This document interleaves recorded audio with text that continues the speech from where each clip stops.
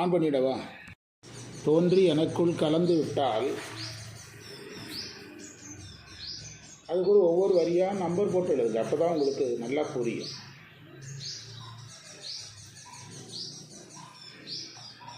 வரி 1, 1வது வரி.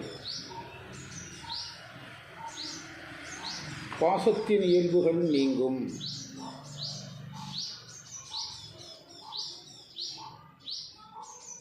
அந்த வரியை படித்து பாருங்கள். முதல் வரியை பரந்த குணங்கள் பரிந்து மறிந்திடும் ஆகாது. ஆகாதுன்னா அது பரந்த விகார குணங்கள், பாசத்தினால் வரக்கூடிய குணங்கள், அவைகளெல்லாம் நீங்கி போயிடும். அவ்வளோதான். வரி 2,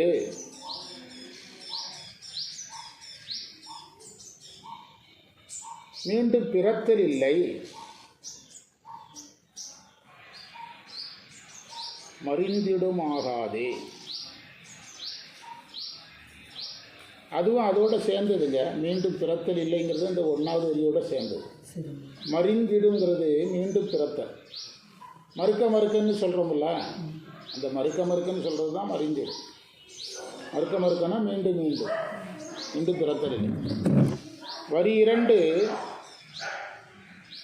சிவனை தியானிப்பதால்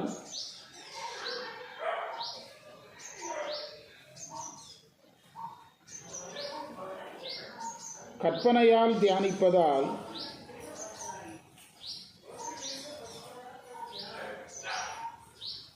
திருவடி காட்சி தோன்றுதலும்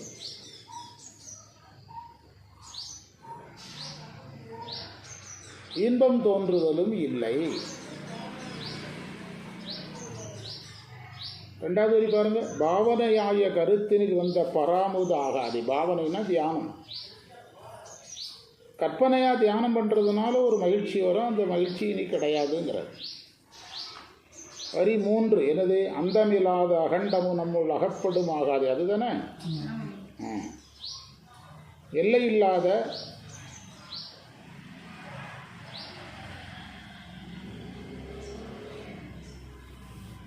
அந்தமில்லாத அகண்டமும் நம்முள் அகப்படும் ஆகாது. எல்லையில்லாத காட்சிகள் நம் மனதில் தோன்றுதல் நிகழாது.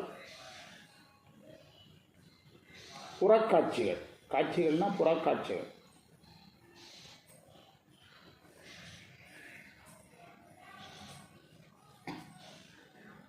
அதை நம்ம எழுதிட்டே போவோம். கடைசியில் அடுத்தது ஆதி முதற் பரமாய பரஞ்சுடர் அண்ணுவதாகாதே. அதுதானே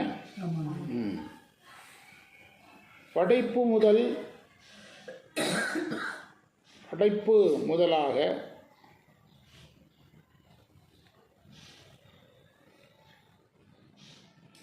இதுவரை நமக்கு உதவிய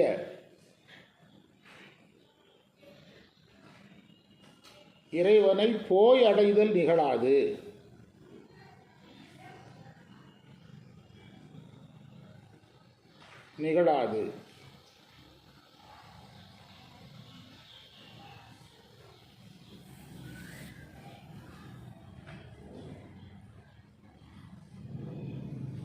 அடுத்தது செந்துவர் வாய் மட வாரிடரானவை சிந்திடுமாகாது. அதுதானே செம்மையான பவளவாயுடைய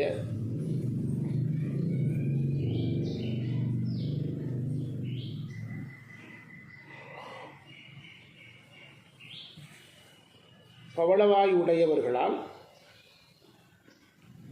இல்லறத்தில் வருகின்ற இடையூறுகள் இனி கிடையாது.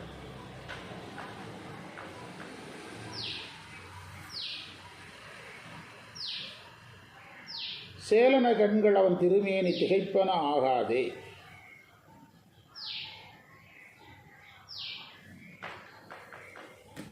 மீன் போன்ற கண்கள் இறைவனுடைய திருவுருவத்தை நுகர்தலும் இல்லை. மீன் போன்ற கண்கள் இறைவன் திருவுருவத்தை நுகர்தலும் இல்லை.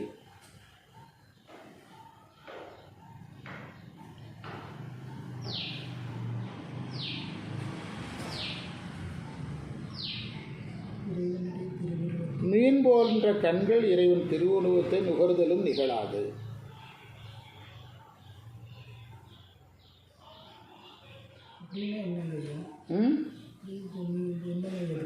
மீன் போன்ற கண்களை கொண்டு இறைவனை நுகர்தலும் இல்லை.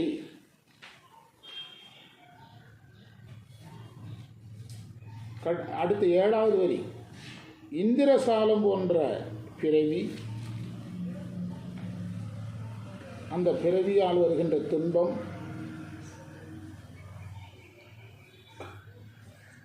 அந்த துன்பம் ஒழிதல், இவைகளெல்லாம் இனி இல்லை.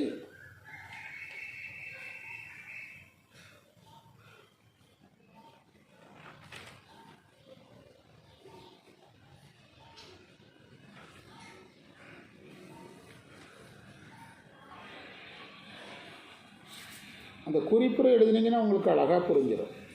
குறிப்புரை நல்லா இருக்கும். இந்த மந்திரத்தில் சொல்லப்பட்ட எல்லாம், இந்த மந்திரத்தில் சொல்லப்பட்ட எல்லாம்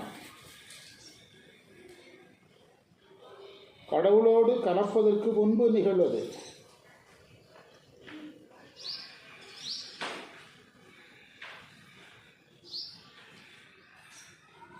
கடவுளோடு கலந்த பிறகு நிகழாது.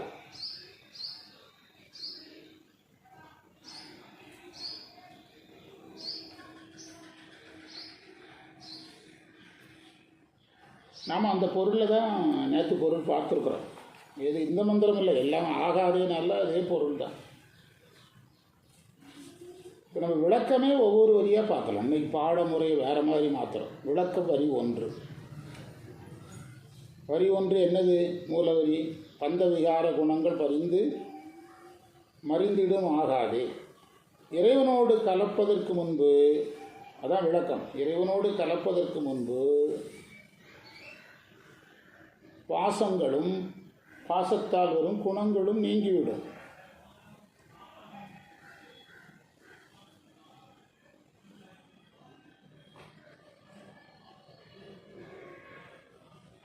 இனி அது இல்லை என்பதை கூறுகிறார். அதில் அவர் 2வது மந்திரத்தில் ஒரு வார்த்தை இருக்கு பாருங்க, ஏழுடை யான் என ஆளுடை நாயகன். அந்த வரி தான் இந்த பதிகத்தில் ரொம்ப முக்கியம். ஏழுடையான் எனை ஆளுடை நாயகன் என்னுள். இதெல்லாம் யார் மேலே தான் வச்சு பார்க்கணும்? வேற மாணிக்கவாசர் மேலே மட்டும்தான் வச்சு பார்க்கணும். முதல் வரிக்கு அப்படி பொருள். அப்போ வரி 2வதுக்கான விளக்கம்.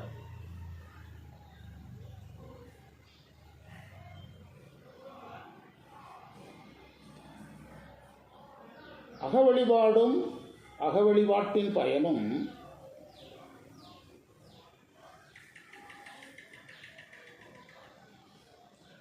இறைவனோடு கலப்பதற்கு முன்பு உள்ளது.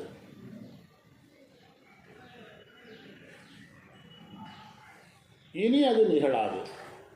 அதை 2வது வரியில் சொல்றார்.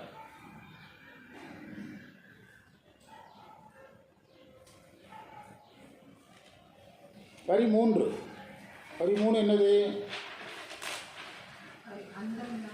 அந்தமில்லாத அகண்டம் அகப்படும் ஆகும். 3வது வரி விஞ்ஞான போதும் 9ஆம் உட்பாவில் 3ஆம் அதிகரணத்தில் 36 தத்துவங்களை அகத்தே வைத்து வழிபடும் முறை சொல்லப்பட்டிருக்கிறது. சொல்லப்பட்டிருக்குதா? அது இல்லைன்னு அர்த்தம். சரியா நேரடியாக பொருள் சொல்லியிருக்கிறார். 36 தத்துவங்களை அகத்தே வைத்து வழிபடும் முறை சொல்லப்பட்டுள்ளது. அப்போது அகண்டத்தையே நம்ம எங்கே கொண்டு வர்றோம்? அகண்டத்தையே அகத்துக்குள்ளே கொண்டு வர்றோம். யாரோடு கலப்பதற்கு முன்பு? இறைவனோடு. அதுக்கு பிறகு தானே ஏகனாகி இறைவனி நிட்டெல்லாம் அதுக்கு பிறகு தானே வருது. அயரான்பின் அறங்களை செலுமையெல்லாம் அதுக்கு பிறகு தானே வருது. அதை சொல்கிறார். எனவே அந்த வகையான அகவழிபாட்டு சாதனங்கள் இல்லை என்று பொருள். அதற்கடுத்தது என்னது?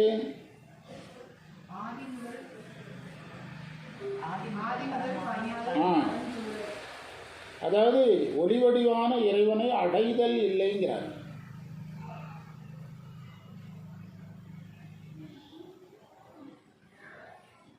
தன்னோடு இல்லாத பொருளை தான் அடைய முடியும். இறைவன் நம்ம கூட இருக்கிற பொருள், அவனை சென்று எப்படி அடைய முடியும்?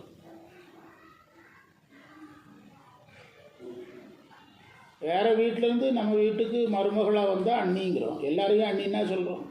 இறைவன் வேறு இடத்துலேருந்து இங்கே வர்றாரா? அப்போ அண்ணுவதுங்கிறத அதில் மேட்ச் பண்ணி பாருங்கள்.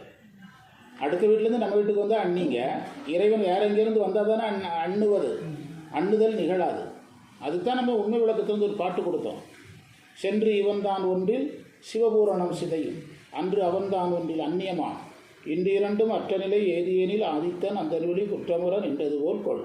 மனவாசம் கிடந்தார் சொல்கிறார். அடுத்து பொருள் சொல்லியிருக்கிறோம், பதிவு பண்ணியிருக்கிறோம். அதே தான் இங்கே சொல்கிறார். சரியா? இறைவன் சைவத்தில் அத்வைதத்தை உணர்தலே முக்தி. அத்வைதம் புதிதாக நிகழ்வதில்லை, அது அனாதியிலே இருக்கு.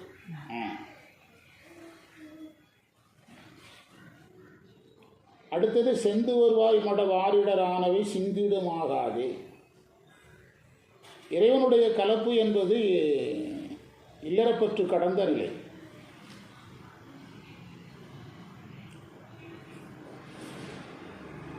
இல்லறப்பற்றால் வரும் தடைகள் இல்லைங்கிறார், அவ்வளோதான் விஷயம். இல்லறப்பற்றினால் வருகின்ற தடைகள் இல்லைங்கிறார். செந்து வருவாய் மடவாரிடை இடர் ஆனவை சிந்திடும் ஆகாதே. இல்லறப்பற்றினால் வரக்கூடிய தடைகள் எனக்கு இல்லை. இப்போ ராமானுஜர் வாழ்க்கை எடுத்திங்கன்னா அவருடைய கொள்கைக்கு அவருடைய மனைவி தடையாகுது, உடனடியே யார் விட்டு ஓடுறாரு? அதே மாதிரி தான் நீ ஒன்று விட்டுட்டு ஓடணும், தடை நீங்கும். இல்லைனா இருந்து தடையை அனுபவிக்கணும். அது எதுவுமே இல்லைங்கிற. ஏன்னா யாரோட கலந்தாச்சு, அவ்வளோதான் செய். சேலன கண்கள் அவன் திருமேனி திளைப்பன ஆகாதே. இறைவனுடைய திருமேனியை பார்த்து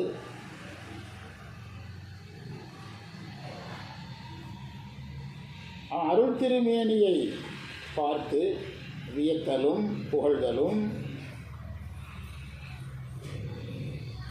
புற வழிபாடு.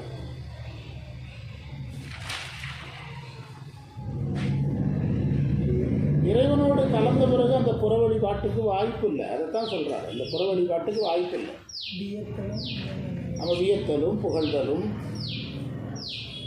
வேண்டுதலும் எல்லாமே புற வழிபாடு. இப்போ அங்கமாலையில் கண்கால் காண்மீன்கனோ கடல் நஞ்சுண்ட கண்டந்தனை எந்தோல் வீசி நின்றாடும் பிராந்தனை கண்கால் காண்மீன்குளன்னு சொல்கிறாரு. அதே பதியத்தில் தானே தேடி கண்டு கொண்டேன், அங்கேயும் கண்டு தானே கண்கால் காண்மீன்குளன்னாரு. அதே தான் தேடி கண்டு கொண்டேன் திருமாலோடு நாமகனும் தேடி தேடனா தேவனை என் உள்ளே தேடி கண்டு. இதுதான் இப்போ பேசிகிட்டு இருக்கிறார், வேற ஒன்றும் இல்லை. புறக்கண்ணால் பார்க்க சொன்னதும் அப்பர் தான், அகக்கண்ணால் பார்த்துட்டுன்னு சொல்கிறதும் அப்பர் தான். இப்போ இதுதான் நடந்து போச்சு. புறக்கண்ணால் பார்க்கறது முடிஞ்சு போச்சு. இப்போ என்ன கண்ணில் பார்க்கறதுக்கு கலந்தாச்சு. அதுதான் அவர் சொல்கிறார். அதனால் புறக்கண்ணால் பார்க்கறது இனி இல்லைங்கிறார். வரி 7, இறைவனோடு கலந்த பிறகு பிறவிக்கு வாய்ப்பில்லை. பிறவி ஒரு இந்திரஜாலம் போன்றது. இந்திரஜாலம்னா மாய வித்தை போன்றது. பிறவி ஒரு இந்திரஜாலம் போன்றது, மாய வித்தை போன்றது. எப்படி வித்தைக்காரன் காட்டுகிற வித்தையை அவன் அதை எப்படி செய்கிறான் நம்மளால் கண்டுபிடிக்க முடியாது. ஒரு கூடையை கவுத்திட்டு நம்மகிட்ட காட்டுறான், உள்ள ஒன்றுமே இல்லை, கூடை எடுக்கிறான், உள்ள கோழி இருக்குது, அப்படி காட்டுறான்ல. அது மாதிரி இந்த பிறவியும் ஒரு என்னது இந்திரஜாலம், மாய வித்தை, ஒரு மாய வித்தை. மாயப்பிறப்பு இருக்குங்கிறார்ல, அந்த மாயப்பிறப்பு தான் இந்திர ஞாலம்ங்கிறார். இந்திர ஞாலம்ங்கிறத இந்திர ஜாலம்னு பொருள் எடுக்கணும். அதாவது இந்திரனுடைய பதவியை யாராவது அடைஞ்சிருவாங்கன்னு, யாராவது இந்திர பதவிக்கு தவம் செஞ்சாங்கன்னா மாய வேலைகளை செய்து இந்திரன் அந்த அவங்கள கடுத்துருவான். முதலையாவது கடித்த வரலாறுலாம் இருக்குது, அம்பாள் பாகவதத்தில் இருக்குது. யாராவது இந்திர பதவிக்கு வந்துடுவாங்க அப்படின்னு தெரிஞ்சதுன்னா அவங்க தவத்தை கெடுத்து அவங்களுக்கு துன்பம் செய்வான். அந்த இந்திரனுடைய மாய வலைக்கு பேர் இந்திரஜாலம். அது பிறவிக்கும் பொருந்தி வரும். ஏன் இது இந்திரஜாலம்னு சொன்னாங்கன்னா, இந்த பிறவியை இப்போ நம்ம முடிவு பண்ண முடியுதா? அடுத்த பிறவி எனக்கு இப்படி தான் வரும் சொல்ல முடியுதா? எனக்கு இனி பிறவி இல்லை. நம்ம மக்களே சொல்கிறாங்க, ஞானிகள் சொல்லல, நம்ம மக்கள் சொல்கிறாங்க. இது பற்றி நம்ம எந்த முடிவுக்கும் என்ன செய்ய முடியல. அதனால இது இந்திரஜாலம், அவ்வளோதான். இந்த பதியத்தை நம்ம இவ்வளவு தெளிவாக இதுக்கு பார்த்ததில்லை. இந்த தடவை நம்ம டெக்னிக்காக பண்ணிட்டோம், அழகாக பிரித்து படித்தாச்சு. அடுத்த பாடப்பகுதிக்கு போகலாம். இவன் என்னன்னா வரலன்ட்டானா? நல்லா தூங்குவான் போல என்ன? தொட்டிக்குள்ளே தண்ணி தொட்டிக்குள்ளே படுக்க வச்சிடணும். தண்ணி தொட்டிக்குள்ளே படுத்துக்க குறிப்பிட்ட நேரம் ஆகணும் எந்திரிச்சுன்னு சொல்லி.